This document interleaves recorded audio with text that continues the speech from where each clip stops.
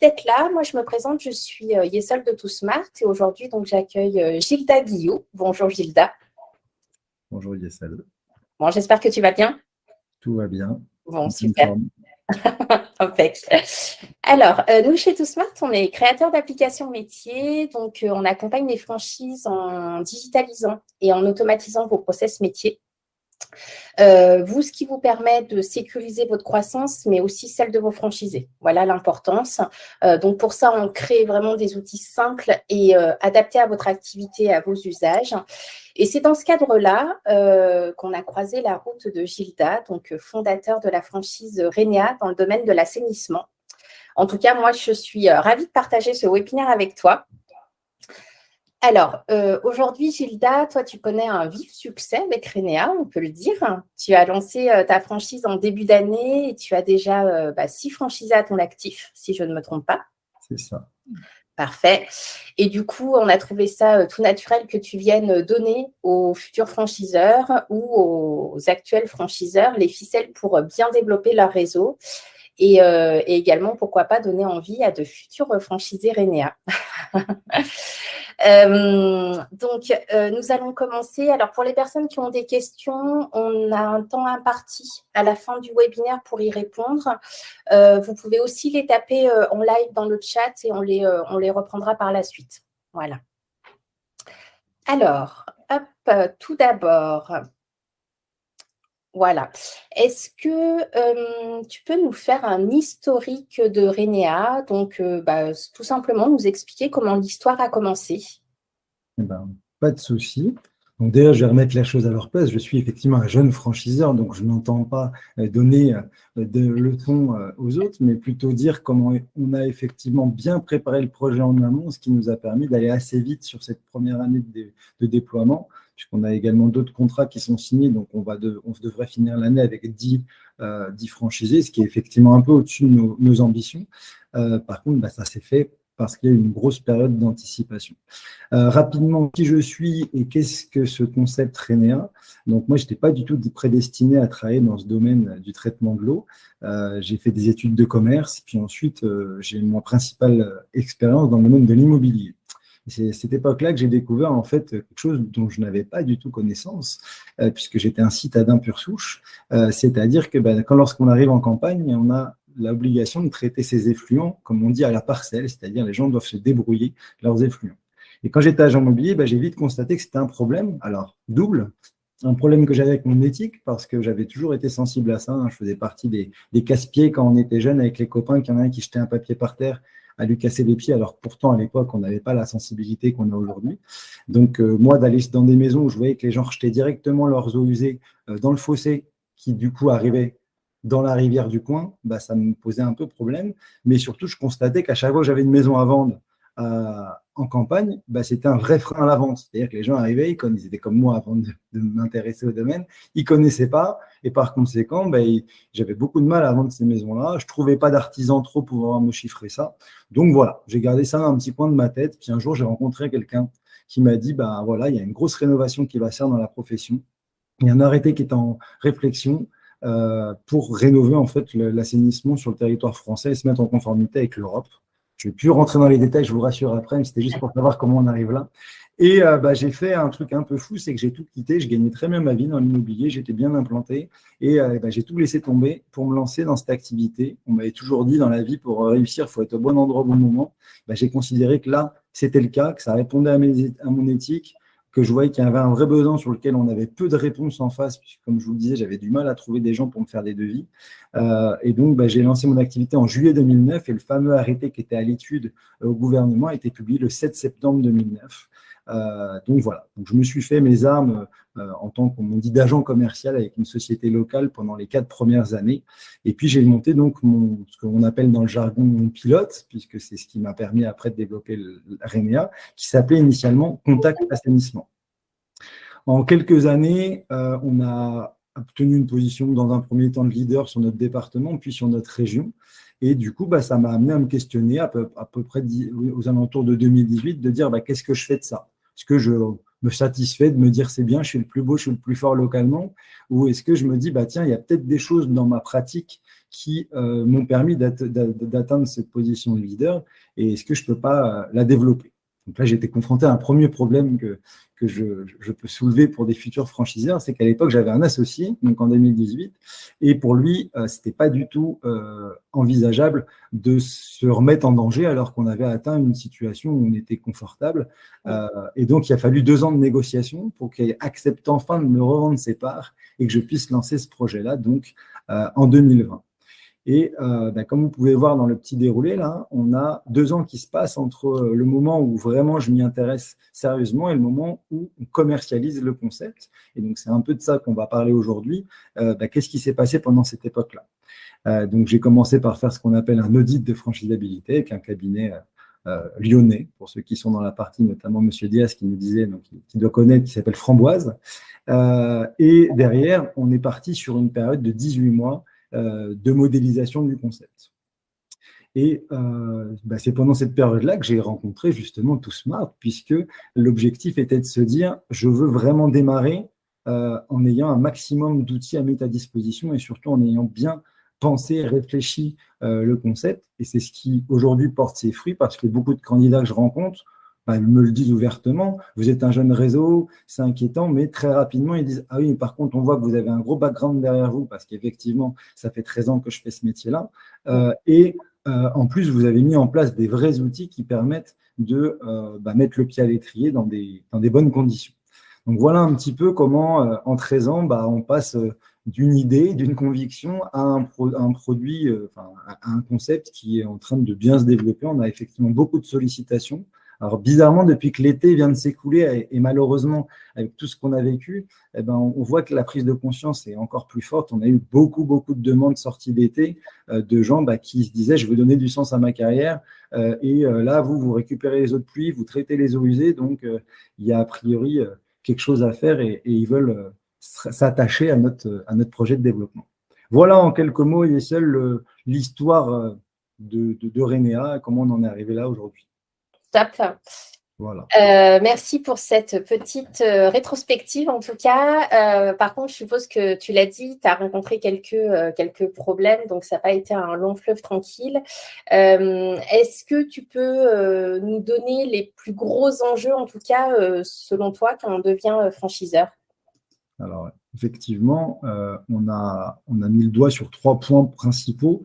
La première chose, c'est de se dire, OK, je sais faire localement, j'ai moi-même la compétence, mais comment je fais pour que demain, quelqu'un qui potentiellement est néophyte dans ce domaine de l'assainissement individuel ou de la récupération d'eau de pluie, assez rapidement, j'arrive à en faire un professionnel et donc un sachant sur son territoire qu'on va lui concéder.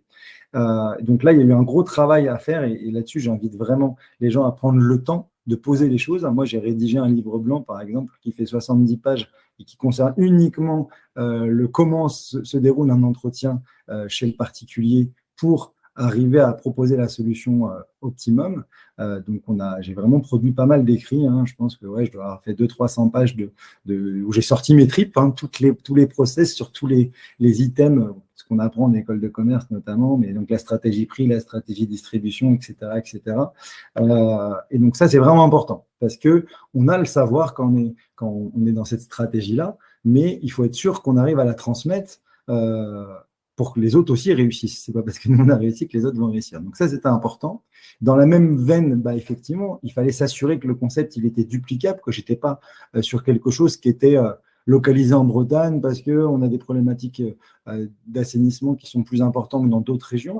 Donc, on a pu effectivement pousser un peu les murs, faire des enquêtes sur d'autres départements et d'autres régions françaises. Et donc ça a été aussi un travail de recherche pour voir comment ça s'organisait, ces problématiques-là, sur les autres régions.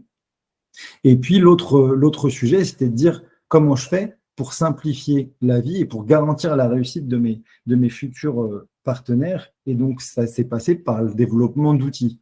Moi, on m'a toujours dit qu'une entreprise, pour qu'elle réussisse, il faut qu'on ait quelqu'un et c'est les 3 qualités que j'essaie de rechercher dans les entretiens que je fais des premiers concessionnaires, c'est d'avoir quelqu'un qui a des compétences commerciales, parce qu'il peut avoir le meilleur produit du monde s'il ne sait pas en parler et le commercialiser dans les bonnes dispositions. Donc pour ça, on a développé différents outils, mais notamment, on en parlera dans quelques minutes, un site internet qui est vraiment optimisé pour générer du lead. Et puis, les 2 autres points qu'il fallait pouvoir traiter, c'est faire de notre concessionnaire un sachant technique. Donc, du coup, on a développé pas mal d'applications, pas mal d'outils à destination de l'entretien de vente, en fait, qui permet vraiment d'arriver chez un client et de pouvoir très rapidement donner cette image de technicien et pas de commercial. Moi, j'insiste souvent là-dessus, je cherche à avoir une image auprès des clients finaux de technico-commercial et pas purement commercial. Et la dernière chose, et ce n'est pas des moindres, lorsqu'on analyse les stats françaises, on voit qu'il y a autant d'entreprises qui se montent et qui se liquident chaque année. Et donc, il fallait vraiment être attentif à mettre en place des outils qui permettent de faciliter la gestion de l'entreprise. Et c'est là que TooSmart est venu s'inscrire, donc dans 2 étapes, et pour la partie commerciale, puisqu'on a développé ensemble un CRM en automatisant beaucoup de démarches, notamment, je donne juste un exemple parmi tant d'autres, mais aujourd'hui, lorsque un client entre dans notre base, il reçoit automatiquement, donc on a un appel entrant au bureau, c'est nous qui centralisons pour tous nos concessionnaires sur une plateforme qui m'appartient. On centralise les appels et ensuite, on va donc le client va recevoir une petite vidéo de présentation. Tout ça automatiquement, dès que j'ai rentré ses coordonnées dans ma base, il va recevoir une petite vidéo de présentation du concept. Dans la même veine, pour optimiser le taux de transformation de nos clients, et ça, c'est quelque chose qu'on a développé avec TooSmart, on envoie notre devis, sous 7 jours, il va recevoir une relance automatique dans laquelle on va lui amener de l'information. On n'est pas juste là pour lui dire « ça fait une semaine que vous avez reçu votre devis, quand est-ce que vous signez ?» Bien sûr qu'on lui rappelle qu'il y a un bouton automatique pour signer son bon de commande, mais surtout, on lui amène de l'info, notamment dans notre cas, quelles sont les étapes pour une bonne mise aux normes de votre assainissement.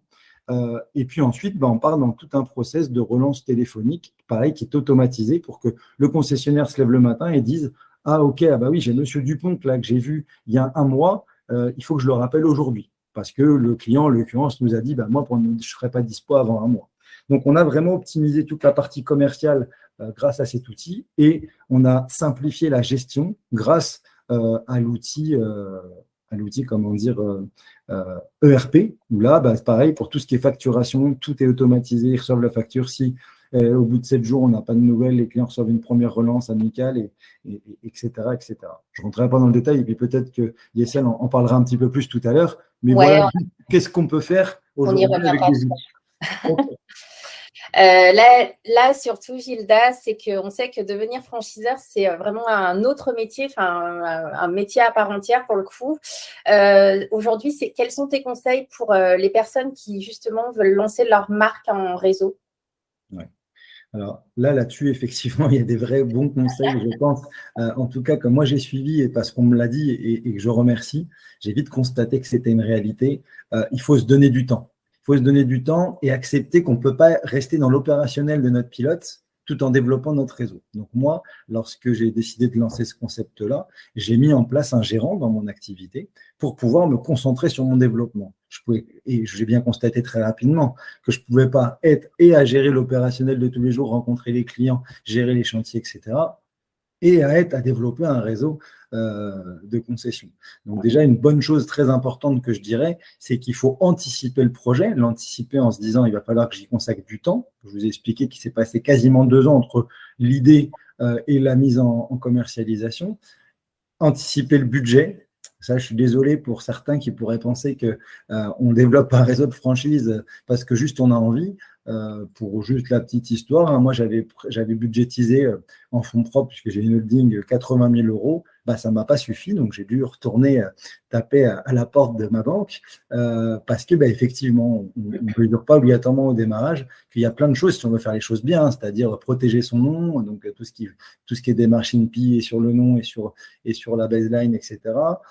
Faire des contrats dignes de ce nom, des contrats de concession ou de franchise, on s'appuie sur un cabinet dédié, ça coûte de l'argent, etc., etc. S'il y a des gens qui s'intéressent, on pourra discuter de comment j'ai consacré 80 premiers milliers d'euros. Mais en tout cas, c'est clair que c'est important. Moi, j'ai discuté avec des copains qui voudraient faire ça parce qu'ils savent que je me suis lancé là-dedans. Et très rapidement, je les détends quand ils me disent « Ah bah ouais, moi, j'ai 5 000 ou j'ai 10 000 euros, je vais lancer mon truc. » Je leur dis, bah, tu vois, ça, c'est juste que ça m'a coûté de frais juridiques pour la création des différents contrats, de la société tête de réseau, et puis de tout ce qui est protection de la marque. Donc, en général, ils comprennent qu'il va falloir faire autrement. Autrement, bah, ce qui est hyper important, mais ça, je crois que c'est vrai pour tout chef d'entreprise, il faut bien s'entourer. Et ça, j'ai constaté qu'il y a des gens qui sont bons pour l'opérationnel. Je pense à un expert comptable, par exemple. Il y a des gens qui savent très bien gérer une entreprise locale, mais qui n'ont pas de compétences pour le développement de réseaux de franchise. Alors, ce n'est pas qu'ils n'en ont pas, mais en tout cas, ce n'est pas leur spécialité. Donc, je pense qu'il faut aussi accepter, par exemple, de remettre en cause certaines habitudes. On peut parler dans notre métier, par exemple, on a des besoins d'assurance. Mon assureur historique, il ne savait pas faire ça. C'est-à-dire qu'il savait faire un petit contrat comme ça, mais développer un réseau de franchise, aller chercher du tarif, etc. Mais il a fallu que j'aille un peu à la chasse. Voilà. Donc, très important. Alors, dans les partenaires, il y a effectivement les gens qui m'ont suivi sur la charte graphique, sur la com, et puis sur le développement des outils de gestion, dont tout smart. Mais il y a aussi les experts du quotidien, l'avocat, le notaire, l'expert comptable, bien s'assurer que c'est des gens, on est obligé d'oublier le copinage, quoi. C'est-à-dire qu'à un moment, est-ce qu'ils ont vraiment la capacité de nous accompagner dans notre développement de manière durable? Donc ça, je pense que c'est très important.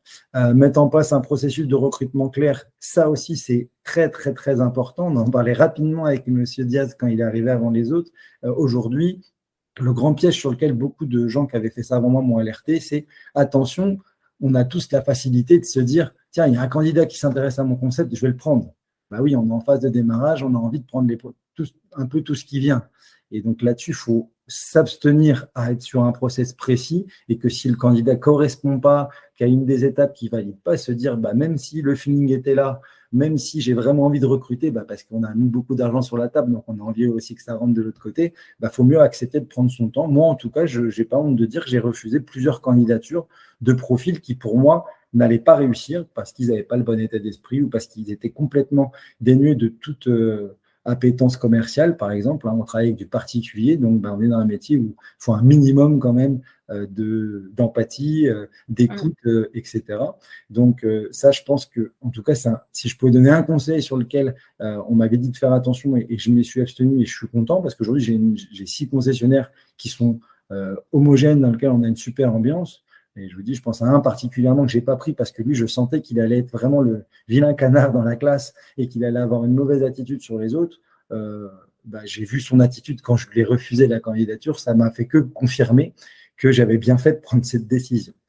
Et puis, un autre conseil, ça peut paraître du bon sens, mais l'opérationnel peut des fois nous faire perdre de vue ce point très, très important. Il faut être là pour ses franchisés. Donc, avoir réussi à déléguer un maximum de tâches pour pouvoir, surtout sur la phase de démarrage, en tant que fondateur, d'être vraiment présent pour nos premiers entrants. Moi, je communique avec eux tous les jours. On a mis en place des process, par contre, avec des différents outils pour pas qu'on passe notre temps au téléphone, mais quand ils ont des points importants, voilà, ils les mettent dans un outil de communication, de collaboration qu'on a mis en place. Mais effectivement, je vois bien que c'est ça qui fait la différence. Et demain, c'est nos meilleurs ambassadeurs. Les nouveaux entrants, puisque je vous dis qu'on va passer à 10, ils ont tous voulu appeler ceux qui étaient déjà installés. Et effectivement, le fait d'avoir un bon accompagnement, de sentir que les choses se passent bien. Tout le monde est dans ses objectifs aussi que j'avais annoncés. Donc, c'est pour ça qu'il faut aussi faire gaffe à ne pas rendre la mariée plus belle qu'elle n'est, parce que très vite, ça se sait. Donc, à part si vous voulez juste en recruter 4 ou 5 et qu'après, le chapeau de cartes s'effondre, il faut être honnête et pas raconter d'histoire. Nous, on avait donné des échéances, notamment qu'il fallait 6 mois vraiment pour que les choses se lancent, qu'on commence à remplir bien son carnet de commandes. C'est une réalité. Alors, il y en a certains qui ne nous ont pas rejoints parce que ça leur paraissait trop long comme durée de mise en place. Mais ceux qui nous ont rejoints, au moins, ils n'ont pas eu de désillusion. La plupart ont démarré plus vite que prévu, 4-5 mois. Donc, du coup, en tout cas, j'étais dans le vrai et ça, ils le reconnaissent. Et c'est pour ça qu'ils transmettent le message aujourd'hui à des nouveaux entrants que je ne raconte pas la messe, quoi. Et ça, je Ouais, pense que c'est ça c'est hyper une important. valeur importante, l'honnêteté, si on veut Ouais. que ça dure. Parce qu'autrement, pour moi, c'est un fait, on va faire un début de réseau, puis ça va s'effondrer. On entend beaucoup parler de gens qui ont une croissance rapide au départ et que ça s'effondre comme un château de cartes. Bah, je pense qu'il y a des fois peut-être un peu de ça aussi. C'est-à-dire, j'ai vendu le concept et puis après, l'opérationnel, je m'en fiche un peu. Non, non, moi, j'ai un modèle économique qui fait que je gagne ma vie quand mes concessionnaires gagnent leur vie. Donc, par conséquent, j'ai tout intérêt à ce que ça dure dans le temps. Ok, top. Ce qui m'amène à évidemment la question suivante. Donc, on l'a dit, tu as déjà 6 franchisés avec toi. Comment tu arrives j'ai envie de dire, à les séduire? Tu vois ce que je veux dire? Tout à fait. Alors, ce que je viens de dire, c'est une bonne transition. Hein. Ouais. C'est que je pense que le fait qu'ils sentent bien en moi la sincérité, que tout ce que je dis, je le prouve, puisque bah, effectivement, quand on a 13 ans de recul, bah, on est capable de donner des chiffres précis, que par exemple, leur prévisionnel de démarrage, je ne les ai pas inventés. Je suis parti sur mes 3 premières années à moi, donc même pas mes dernières années où je suis en vitesse de croisière, non, mes 3 premières années, 2013, 2014, 2015, comment j'ai lancé la machine. Bon, bah, ça, c'est hyper important. Après, qu'est-ce qui les rassure? Parce qu'on sait qu'on a un frein, c'est notre manque d'antériorité. Je l'ai dit et je le répète, et ça, si on doit analyser le concept, bah, aujourd'hui, normal, il faut bien démarrer. Donc, je ne peux pas dire, tiens, j'ai 50 concessionnaires et ça fait 10 ans qu'on existe. Et donc, il faut effectivement pouvoir amener de la réassurance par rapport à ça. Alors, la notoriété qui est faite avec un certain nombre d'installations existantes sur des clients sur lesquels on peut s'appuyer, ça va effectivement rassurer. Mais je crois que le vrai point le plus important pour les aider à prendre leurs décisions, c'est de leur montrer tout ce qu'on a préparé pour les assister dans leur démarrage, dans leur formation pour en faire, de prendre un néophyte, d'en faire un sachant, et tout ce qu'on a développé comme outil pour les rassurer. Quelqu'un qui dit ouais, mais moi j'ai jamais fait de commerce au particulier, ben, on a des choses pour les aider et des outils qui sont importants. Après, pourquoi les gens nous rejoignent? Là, on ne va pas dire obligatoirement les avantages du concept, mais qu'est-ce que j'entends dire aujourd'hui de manière très récurrente, c'est la plupart, hein, moi j'ai des profils, on va dire, on est sur du cadre entre 40 et 50 ans, hein, comme beaucoup de gens qui rentrent dans le monde de la franchise. Et la plupart des choses qui reviennent en premier, c'est donner du sens. Aujourd'hui, ils ont envie de lancer dans une aventure entrepreneuriale, ils ne veulent pas le faire seuls, donc ils ont de toute façon cherché un concept où ils sont accompagnés, mais ils veulent le faire tant qu'à faire dans quelque chose qui leur dit tous les matins quand je me lève, je sais pourquoi je le fais. Et donc effectivement, le fait d'intervenir dans le domaine de l'eau, bah déjà avant l'été, je vous dis, c'était quelque chose que j'entendais, mais là, sur la période de rentrée, on l'entend encore plus, donc c'est important. Après, pour terminer, sur qu'est-ce qui fait qu'on nous rejoint, j'en ai un peu parlé aussi avec ce qui est arrivé tout à l'heure.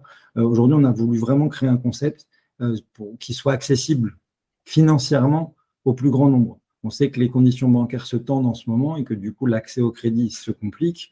Nous, on a des coûts de démarrage qui sont vraiment faibles. On n'a pas besoin de pas de porte. Et puis, on a vraiment réfléchi à un concept qui permet de mettre le pied à l'étrier en mettant peu de fonds personnels. Hein. On a besoin de 10 000 euros d'apport pour se lancer dans une aventure avec nous, ce qui reste tout à fait raisonnable. Donc voilà, une des choses qui plaît aussi, c'est que quelqu'un qui se lance dans un domaine qu'il ne connaît pas, savoir qu'on a une centrale de référencement, qu'on a fait le boulot de tester des produits, de mettre de côté ceux qui fonctionnent moins bien ou sur ceux sur lesquels on a du SAV pour concentrer l'activité sur des produits qui ont fait leurs preuves, bah ça a aussi tendance à rassurer par rapport à quelqu'un qui se lancerait tout seul et qui se dirait mince, je vais peut-être faire les frais de produits que je ne connais pas, quoi. Voilà, dans les grandes lignes. D'accord. Alors, tu en as parlé tout à l'heure brièvement, c'est les outils que tu utilises à la fois pour gérer toi tes prospects futurs franchisés et à la fois pour gérer ton réseau en interne. Alors, si on peut faire un petit focus déjà sur le côté site internet, par exemple. Oui, tout à fait. Bah, effectivement, comme j'expliquais tout à l'heure, on a bien identifié que si on veut avoir des gens qui nous rejoignent et qu'on veut surtout qu'ils restent, il va falloir qu'on les assiste, notamment dans tout ce qui va être génération de leads. Donc, on a développé un site internet avec un prestataire. On a beaucoup travaillé sur la communication, le logo, la baseline, etc. Mais également, on a fait en sorte que notre site soit on va dire dans le jargon, qui permettent de transformer un maximum. Donc, on a vraiment passé du temps et on continue d'en passer. On fait du référencement naturel, on fait du référencement payant. On essaye vraiment de booster, d'utiliser cet outil comme la vraie vitrine vers l'extérieur. Et puis en parallèle, on a beaucoup travaillé tout ce qui est réseaux sociaux. À chaque fois, on fait tout aller vers le site Internet. Donc voilà dans les grandes lignes, pas rentrer dans la mécanique de l'outil, mais en tout cas, voilà sa finalité. Il est vraiment pensé optimisation et génération de leads. D'accord. Alors, hop. Donc, on a le côté CRM, pareil, tu en as parlé un petit peu tout à l'heure. Donc, ça, c'est la solution sur laquelle on a travaillé. Si tu peux peut-être nous l'expliquer de nouveau. Ok, donc là, en l'occurrence, toujours pareil, on n'a pas que des profils qui sont issus du commerce, donc tout ce qu'on peut faire pour leur simplifier la démarche commerciale va être importante. Aujourd'hui, on a clairement identifié le pourquoi on a réussi à prendre une position de leader sur notre marché, parce qu'on est sur un marché qui est resté un peu au siècle dernier, si vous voulez, en termes d'outils et en termes de vision. On a vraiment face à nous, la plupart du temps, des vrais artisans avec tous les travers de je ne tiens pas mes engagements en termes de remise de devis, je dis je viens pas sur mes chantiers, et puis je ne relance pas mes devis. Donc moi, des fois, j'ai des commerciaux ou des concessionnaires qui me disent, je dis, tu sais analyser pourquoi tu as eu le chantier? Oui, je suis le seul à avoir répondu ou je suis le seul à avoir fait des relances. Du coup, le CRM a été pensé comme ça, c'est-à-dire il faut que ça soit un vrai outil à la vente. Alors bien sûr, qui va permettre de créer nos devis, etc., mais qui va nous permettre la conversion avec des relances automatiques, avec un maximum de choses que le franchisé n'ait pas besoin de se polluer la tête. C'est automatisé. Comme on disait tout à l'heure, l'exemple de la relance téléphonique, il se lève le matin, il y a bien marqué sur sa boîte mail, aujourd'hui, il faut rappeler Monsieur Dupont. Il n'a pas, lui, à y penser. À ce fameux Monsieur Dupont, il nous en achète du matériel. Hein, il est sympa. En plus, ça, c'est le premier qu'on a dans les... C'est bien. Donc, c'était pour faire une blague. Donc voilà, l'idée, c'est vrai, avec ça, on peut vraiment gérer tout le suivi client, en fait, de la phase prospect à la phase client. Et voilà, on est vraiment sur la partie commerciale. Ouais, top. Voilà. Alors, en complément, on a effectivement la partie ERP. Donc, du coup, une fois qu'on arrive à en faire un client, donc il y a la partie de vie, puis on va pouvoir facturer. Mais on va également, grâce à l'outil, pouvoir commander. On est toujours dans cette logique d'optimisation du temps. Le leitmotiv qu'on avait quand on a développé l'outil avec ToSmart, c'était de dire comment on fait pour que notre concessionnaire passe le plus clair de son temps sur son cœur de métier et que toutes les tâches qui sont chronophages et qui gravitent autour de lui, on essaie de nous les simplifier. L'exemple de la relance de facture, c'est quelque chose qui pollue clairement un chef d'entreprise. Quand il y a un client qui n'a pas payé, là, de savoir que l'outil fait ses relances automatiquement, ça enlève une partie du stress. Ça n'empêche pas qu'à un moment, si on a un mauvais payeur, il faudra quand même prendre son téléphone ou lancer des démarches un petit peu plus virulentes avec un huissier aussi ou ça. Mais on va dire que la plupart des gens, des fois, c'est des oublis ou en tout cas, ils sont un peu laxistes. Le fait de recevoir la relance automatique, une première gentille, puis une deuxième, il semble qu'on commence un petit peu à changer de ton. Ça, c'est important. Pareil pour la commande. Aujourd'hui, ils valident un devis, ils appuient sur un bouton, ça crée un bon de commande qui arrive directement chez nous. Et derrière, ils vont avoir un suivi de commande qui va se faire pareil, de manière automatique, où ils vont voir les statuts pris en compte, chargés, en cours de transit, livrés, comme quand vous commandez un produit chez Amazon. Et donc, ça aussi, pour eux, c'est un autre source de prise de temps et de prise de tête, souvent, c'est est-ce que mon matériel va arriver en temps et en heure? Est-ce qu'il n'y a pas de souci avec ça? On vit en plus une période en ce moment où, au niveau du transport, ce n'est pas toujours très simple. D'avoir un outil qui permet de pouvoir juste ouvrir et dire tiens, monsieur Dupont, toujours, il en est où son matériel que j'ai commandé? Voilà. Et tout ça dans le même outil et de manière très, très simplifiée, parce qu'appuyer juste sur une touche pour créer une commande, c'est quand même effectivement assez facile.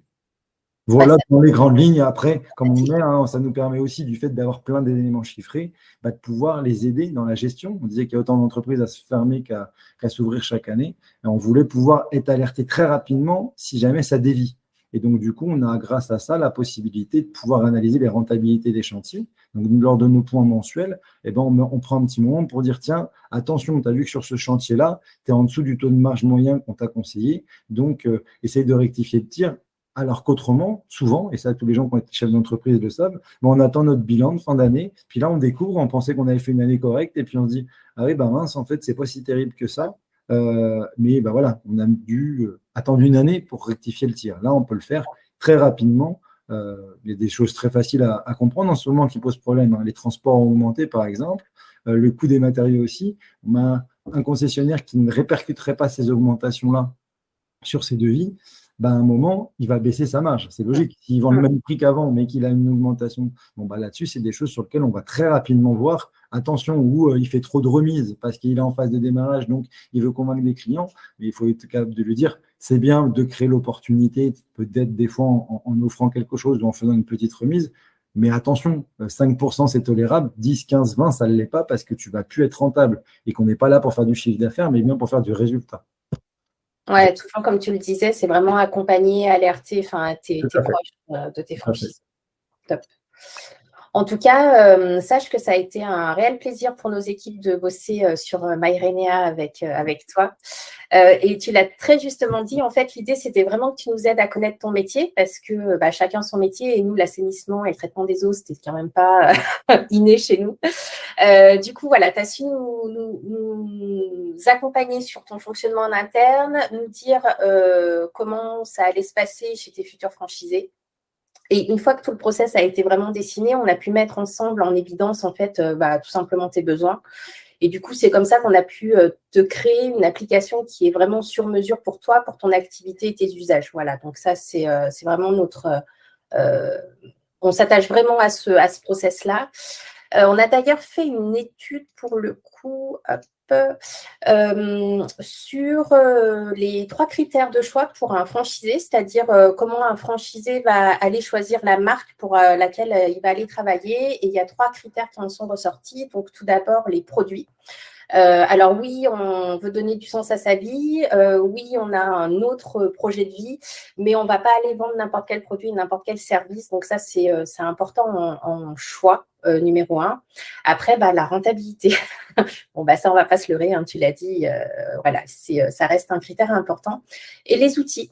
C'est vrai que pour eux, il y a l'accompagnement de la tête de réseau, ça c'est évident, mais finalement que la tête de réseau mette à disposition des outils pour les aider, ça les conforte et ça les rassure. Alors, je suppose que pour toi, c'est le ressenti que tu as aussi. Bien sûr. Donc voilà, c'est vraiment les 3 points. Et c'est vrai que je me répète là-dessus, mais chez TooSmart, on accorde énormément d'importance sur le fait de bien connaître et surtout de comprendre chaque process métier. C'est hyper important pour pouvoir ensuite co-construire les projets. Je pense que tu t'en rappelles, on ne t'a pas lâché, on a vraiment construit la solution avec toi parce que c'est aussi important d'avoir tes retours en live sur la solution qui est en train d'être construite.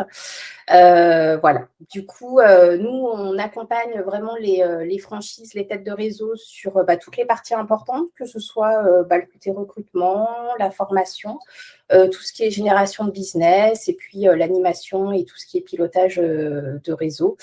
Ça fera d'ailleurs l'objet d'un prochain webinaire qui sera le 8 octobre. Donc, du coup, tous les inscrits recevront une invitation par mail.